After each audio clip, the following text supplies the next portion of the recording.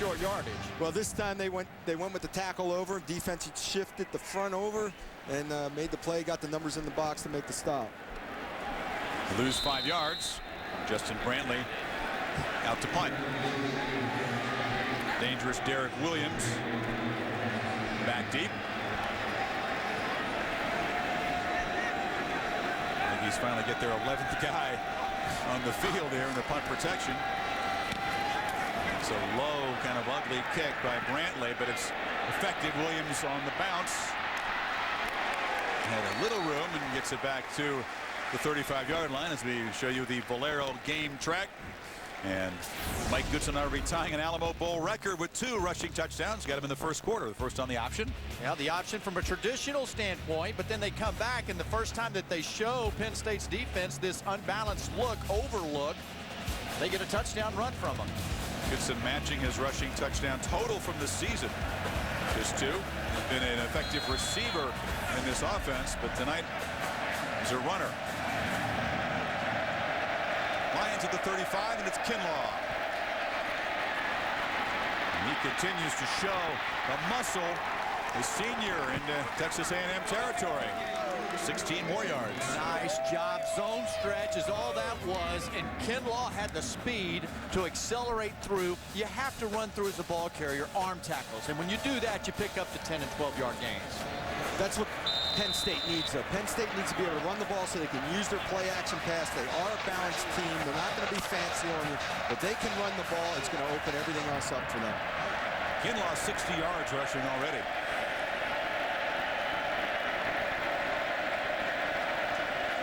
He's got it again. Another solid gain. There you go. You see this guy running, you do wonder, where has he been for 5 years? He hasn't been a real productive guy, obviously playing behind Austin Scott, who was removed from the team mid-season with his legal troubles, and Kinlaw stepping into the void there. But he's got talent. Oh, he shows unbelievable quickness, and we saw the explosiveness of getting through the hole. I mean, he's a ball player, no doubt about it. And that offensive line is swallowing up the Aggies defensive line over there. Goose Creek, South Carolina. Oh, yeah, Goose Creek, absolutely. Pride of Goose Creek has it again. Picks up about 7. And Waller, the fullback, with a nice block. Let me check back with Reese for an update. Reese. All right, Chris, Patriots have taken the lead against the Giants. Tom Brady to Randy Moss. Brady's 49th touchdown pass of the season. That ties the single-season record. And since Randy Moss caught it, he tied the single-season touchdown reception record with 22. Pats trying for perfection and up by a field goal on the Giants. Got any big deal for the Patriots heading forward to the playoffs if they finish 16-0 or not? Well, yes. Belichick said we're treating this thing like a playoff game, and they're going after it. They want to win this game. They want to win them all. I believe that. Kinlaw tries to cut it back, but too much traffic in the middle. A short gain. You know, what you see now is, you know, they're going to try to run the zone stretch over to the left side of the offensive line. They didn't get the push and swallow up the Aggies like they do and have on the previous 3 runs to the right side. Penn State yet to convert on 3rd down. 0 for 3. They need 3 yards here. It's a long 3. They have to get to the 27 of A&M. You know who we haven't heard from tonight is that tight end, number 10, Andrew Quarles. He's a good football player. Tight end's not been around. He's not in the game. It's Terrell Golden in motions to the slot. Morelli fires to Williams, who's hit immediately. Now this is setting up a 4th and 4 situation on that edge of field goal range where it's a 48-yarder. I don't know if you want to kick it. I think you want to go after this. Good play by our Keith Brown. Trying to get the ball to Williams, but he has had very little running room after the catch. And I'm with you on this, Doug. You know what? Your offense has to stay on the field. You need points. Here comes Quarles, number 10, that tight end.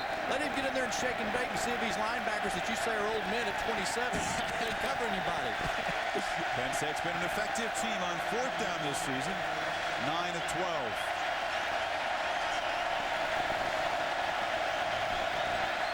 There's that tight end on the right side.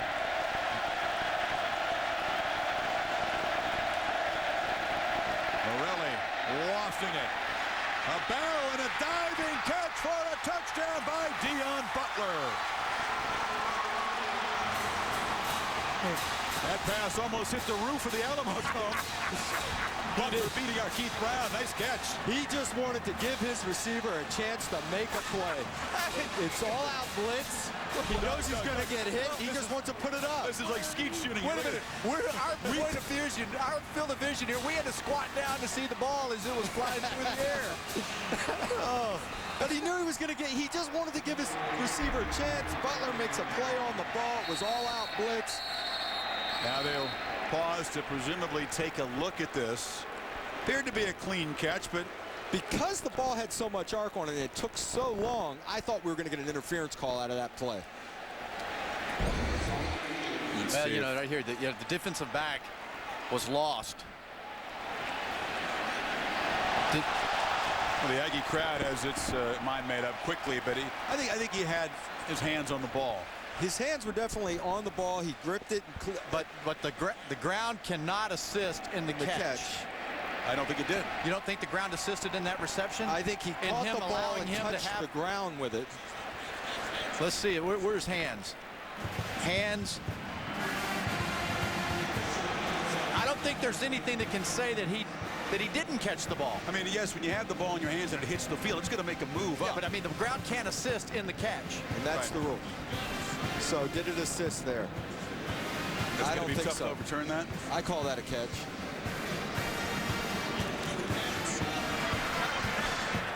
Well, as long as he's solid with his hands on the ball, in which he was, I think this is a touchdown.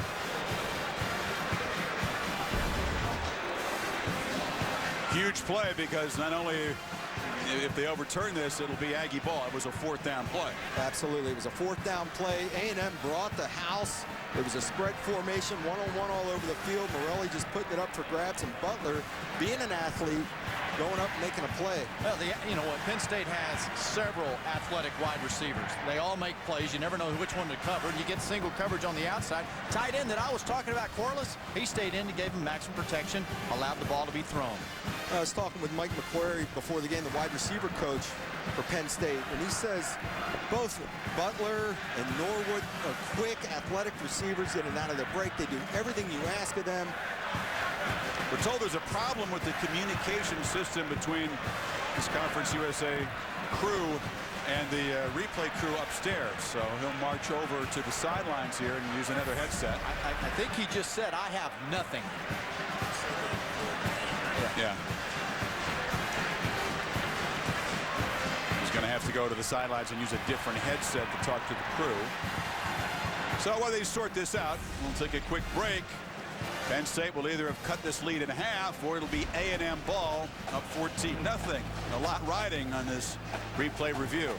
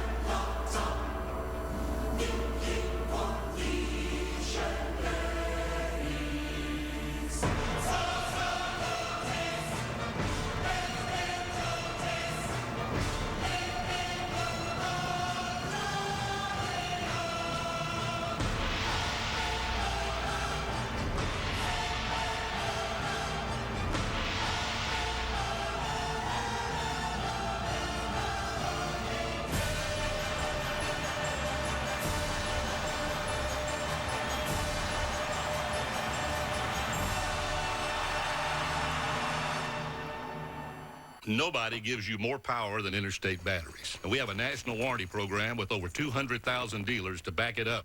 How do we make them so powerful?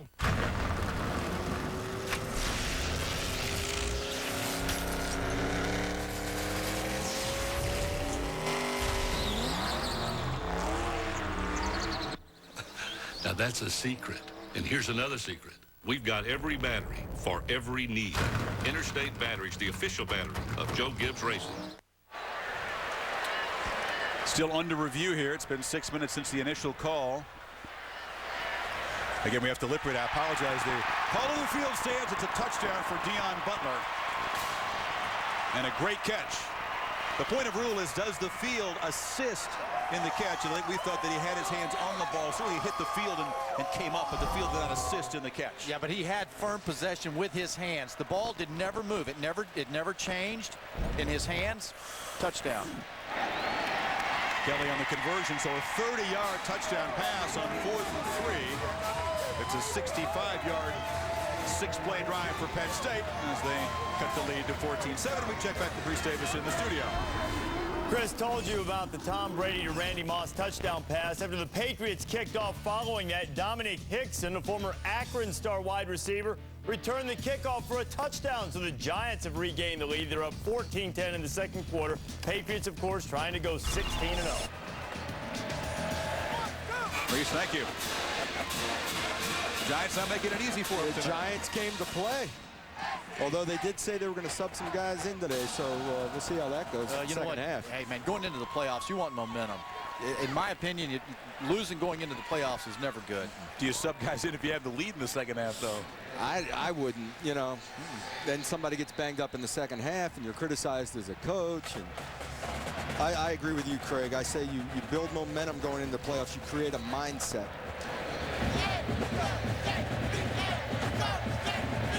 Pierre Brown and Kerry Franks back deep to receive the kickoff, and it's a good one from Kelly. It'll be a touchback. Capital One Bowl week featuring 20 bowl games in 12 days. 4 Eastern. New Year's Eve, Kentucky faces Florida State. The Noles minus all those suspended players, and at 7:30 the Chick-fil-A Bowl, Clemson and Auburn, all part of Capital One Bowl week on ESPN Monday. Bobby Bowden Dillon with several suspensions. Yes, you think? Yeah, I think that would be a ball club. I mean, he's got a whole bus full of them that aren't going to play. I would think that would be a borderline number that you couldn't lose to play a football game. That's the biggest number of players we can ever recall suspended for a game, 36 of them. When I played in the CFL, we had a 38-man roster. Two-man football game. 32-man. Well, as good as you say you are, you'd have been all right still. Just you and a receiver, right? You got to play both ways, though. McGee. A flag down as McGee is stopped for no gain to the 20. Maurice Evans, the top pass rusher on the Lions, there on the tackle. This is the first flag tonight. It's been accepted anyway.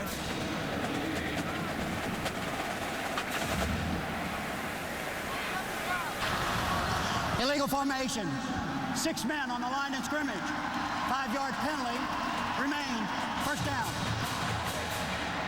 Well, R.G. Detillier, the referee's got his mic back. He's in business. Well, that's saying that one of the wide receivers didn't line up on the ball. He needed to be up on the ball, the ex-receiver. Split end. Jaworski Lane, the big back, is at the bottom of your screen here, wide out. It's a deep threat.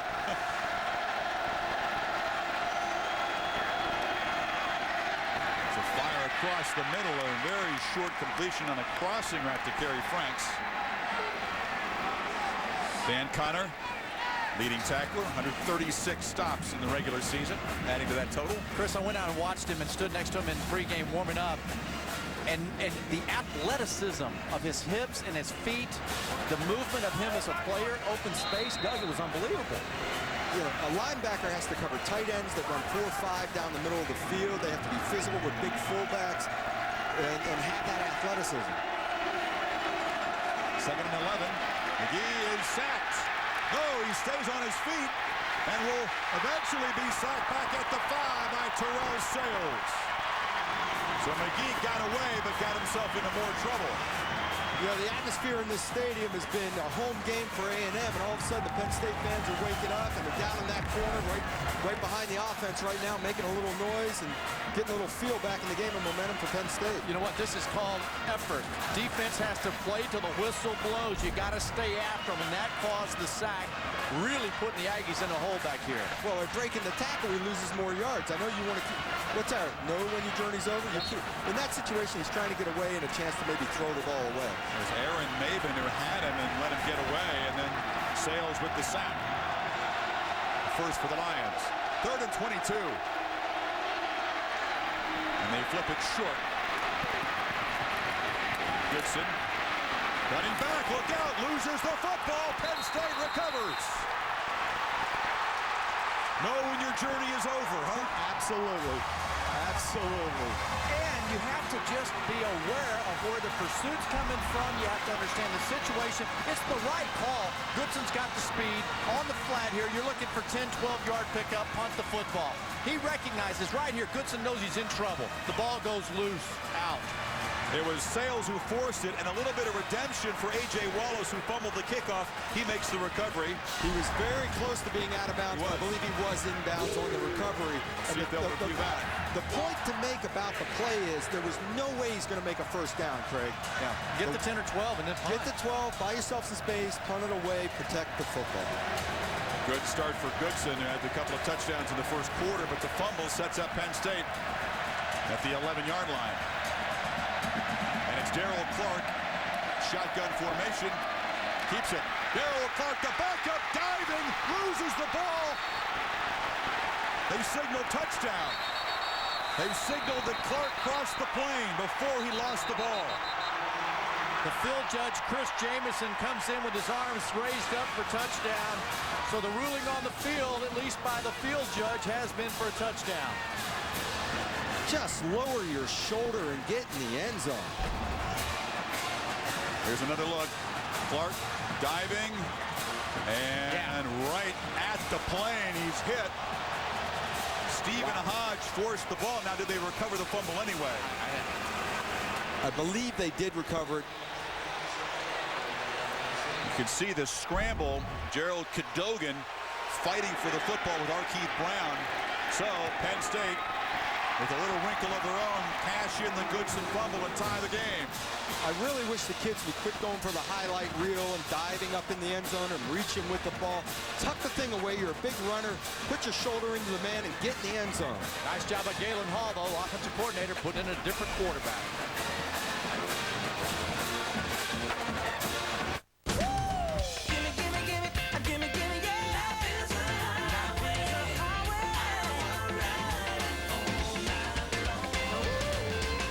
Ever since there were cars, Americans have had a love affair with the open road. And with quality gasoline and pay-at-the-pump convenience coast to coast, Valero is your perfect travel companion. Valero, the all-American gasoline for the all-American love affair.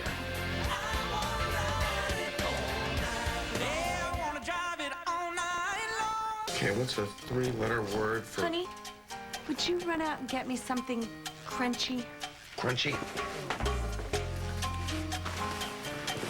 And chewy? Crunchy and chewy? And cheesy? Crunchy, chewy, cheesy. Crunchy, chewy, And melty? Give in to your cravings. It's Taco Bell's Cheesy Gordita Crunch, and it's only around for a limited time. Get yours before they're gone.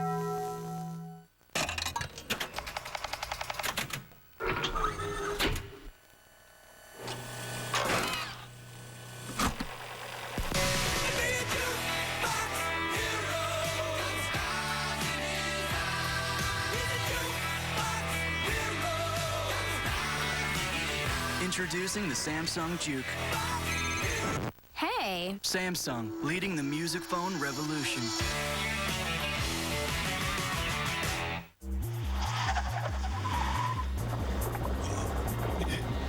There's no way to hide it. If you drive drunk, we will find you. Cops everywhere are stepping up enforcement and cracking down like never before. Sir, have you been drinking tonight? Sir, have you been drinking this evening? Sir, have you been drinking tonight? Make no mistake, you will get caught and you will be arrested. Over the limit, under arrest.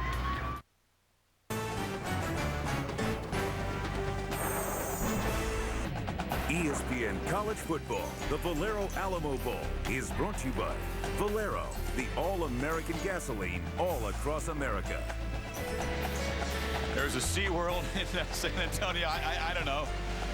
It's a detraction for the players who love going there when they're here for the Alamo Bowl. You got to find the guys who are small enough to fit in the wetsuits. As we check this touchdown, this was signaled a touchdown on the field as the Clark broke the plane right there before Brown knocked it loose. Now Gerald Cadogan, the tackle, recovered it anyway for Penn State. Clark's second rushing touchdown. Is this a lecture from Jopa? Absolutely. Go get him, Joe. I love Joe. I love his mentality, his approach to the game, protect the football. I mean, Clark's a 230-pound quarterback.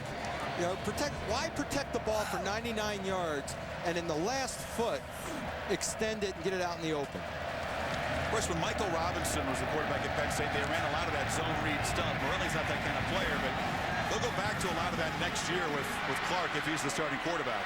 This is Pierre Brown out near the 30, and the Aggies, who had scored 2 touchdowns in 12 seconds and had this place rocking, have watched the Lions score 2 touchdowns in 2:04.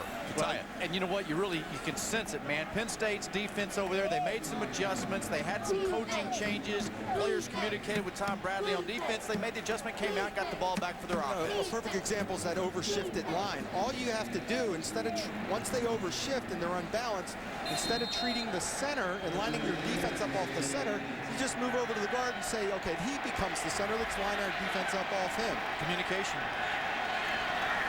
The turnover felt, as in so many college football games, the turnovers and points off turnovers would be the key tonight. The Aggies once again in front of that Penn State crowd down in that corner of the field, and McGee pressured again. Survives and throws it away. Had a chance for the completion. It was Joey Thomas, the tight end. I thought he was throwing away. It was so high and over the head of Thomas, but this is an A&M crowd, except for that corner of the Alamo Dome that the Aggies offense is operating in front of. But don't you guys get the feeling that maybe the Aggies got the big head early? You know, the big lead, 14-zip. And they're settling in now. Penn State's settling in. I mean, the team of the crowd. The team of the crowd. The team relaxed? I don't think the crowd settled in. They've been on the Riverwalk for a while, but the players have. Lane and Goodson in the backfield on 2nd and 10. Lions show pressure off the edge. And on the option, Lane lowers his head and earns about 3 yards before Sean Lee brings him down. It's funny. He was on the edge earlier, right? The big guy's out on the edge running, and he kind of got pushed to the sideline. The coaches kind of had a talk with him. At some point, you got to try to hit that crease and turn north and south. So he says, okay, find me somebody and hit him. Well, that's what Kenneth Pope, the running back coach, told him. He said on last time, you know, you got to get north and south, which is really where his strength is. I mean, Penn State would love to see the big fella running east and west. Boy, Lee gets overshadowed by Connor, but he's a tremendous linebacker. 124 tackles, 2nd team all-conference in the league that featured Laurinaitis, Jay Lehman, the tackling machine from Illinois, and of course number 40 for the Lions. But Lee will be a preseason All-American next season.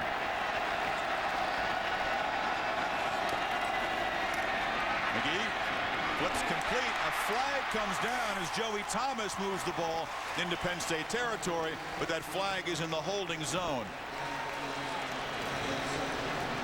It's a face mask against A&M. A 15-yard penalty negating the 19-yard gain. Yeah, a lot of times that happens, either the holding or the face mask, because you're beat up front. And that time Penn State's defense came with 5 and the left side of the line got in trouble. Personal foul. Face mask. Number 64. Offense. 15-yard penalty. Repeat. 3rd down. It's the excellent guard, Kirk Elder, the senior. You know, Joey Thomas did a great job on that as the tight end, sitting down in the hole for his quarterback and showing great. Here's the hold. We got 64. They're up in the face. Linebacker up in the face, grabbing the face mask. 15-yard. Nice throw by McGee. Nice job by his tight end sitting down and sitting him down with the throw and the hole, the coverage. Is that really a 15-yarder? I don't think so. Brief grab of the face mask? Pretty brief. But you know what? When the officials saw it, the hand was clearly on the face mask. 3rd and 22.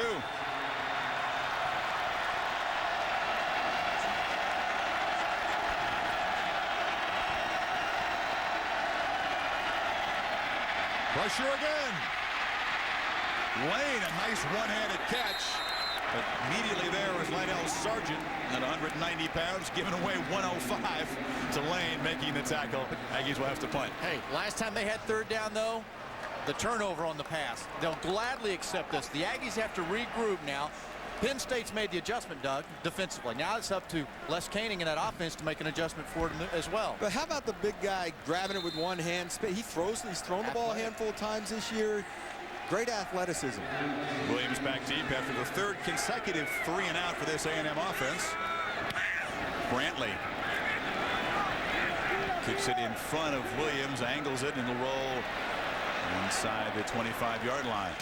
Talked about Mike Sherman taking over as head coach next season for the Aggies. Aaron Andrews on the field with his first official hire. Aaron? That's right. Associate Athletic Director and Recruiting Coordinator Tim Cassidy joining me right now. You get the phone call from Mike. You're taking the job, obviously. Texas A&M waiting for Mike to finish up his season with the Texans. What was the very first thing you had to go out and do? Well, the first thing I had to do is get to College Station. I did that as quick as I could, and leaving Nebraska was a tough thing to do, but to be down there, assess the recruiting talent that we have at this point in time, and try to help Mike put together a good coaching staff. We were told by Gary Darnell yesterday, recruiting is all set for the next 2 years. What did you assess? They've done a great job. The current coaching staff's done a great job holding all those players together. And it looks like a great future with these young men. You said obviously Mike takes over here after his game tomorrow against the Jaguars. So what is your job, Ben, basically? The next couple of weeks we'll put together the rest of the coaching staff, with which we have a lot of guys interested this time. And then starting on January 13th, Mike and I will go on the road and meet with every one of these prospects. All right, Tim, well, thank you so much. Thank you, Aaron. Appreciate it. Thanks, Aaron. Recruiting will be the first priority. Sherman, by the way, declined our invitation to join us in the telecast. He says he wants to focus on his duties with the Texans for one more game, and this night belongs to the current coaching staff and the current Aggie team. On second down, this is Kinlaw again. Nothing there. Sherman hired on the 26th. It was a very quick hire. Bill Byrne knew who he wanted. There was some criticism from the Black Coaches Association that there weren't more diverse candidates interviewed, but Byrne knew that Sherman was his guy. Packer head coach for 5 years, and of course A&M roots. Well, I think the fact that Byrne knew it was his guy, he did the right thing, and the fact that he did it early. All of these recruits now that have committed to the Aggies and are looking at him, they understand who's coming in. They know that it's Mike Sherman, so they've been able to settle down and look forward to the future with Sherman.